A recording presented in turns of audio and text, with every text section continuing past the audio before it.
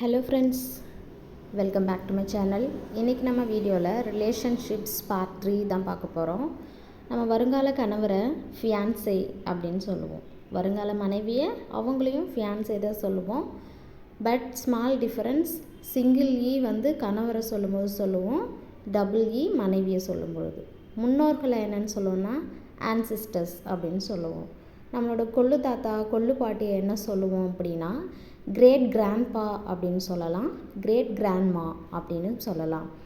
Next அவங்களோட பேர குழந்தைகளை எப்படி சொல்லலாம் அப்படின்னா கிராண்ட் சில்ட்ரன் அப்படின்ட்டு சொல்லலாம், கிராண்ட் சில்ட்ரன்.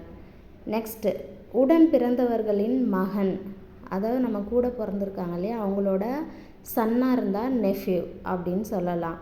அதுவே உடன் பிறந்தவர்களின் மகளாக இருந்தால், டாட்டராக இருக்காங்க அப்படின்னா அவங்கள நீஸ் அப்படின்னு சொல்லலாம். நெக்ஸ்ட்டு சித்தி, பெரியம்மா, அத்தை இவங்க எல்லாரையுமே பார்த்திங்கன்னா நம்ம ஆண்ட் அப்படின்னு சொல்லலாம். சித்தி, பெரியம்மா, அத்தை இவங்க எல்லாரையுமே நம்ம ஆண்ட்டுன்னு சொல்லலாம். அதே மாதிரி சித்தப்பா, பெரியப்பா, மாமா இவங்க எல்லாரையுமே நம்ம அங்கிள் அப்படின்ட்டு சொல்லலாம். நெக்ஸ்ட் பாருங்கள், சித்தி, சித்தப்பா, பெரியப்பா இவங்களோட குழந்தைகளை நம்ம கசின் அப்படின்னு சொல்லலாம். ஒரு சிலர் பண்ணக்கூடிய மிஸ்டேக் கசின் சிஸ்டர் சொல்லுவாங்க, கசின் பிரதர்ஸ் அப்படின்னு சொல்லுவாங்க. அந்த மாதிரி சொல்லக்கூடாது, ஓகேங்களா. நெக்ஸ்ட் அம்மா கூட பிறந்தவங்கள நம்ம என்னென்னு சொல்லலாம்னா மெட்டர்னல் ஆண்ட், மெட்டர்னல் அங்கிள் அப்படின்னு சொல்லலாம். அதுவே அப்பா கூட பிறந்தவங்கள பேட்டர்னல் ஆண்ட், பேட்டர்னல் அங்கிள் அப்படின்ட்டு சொல்லலாம்.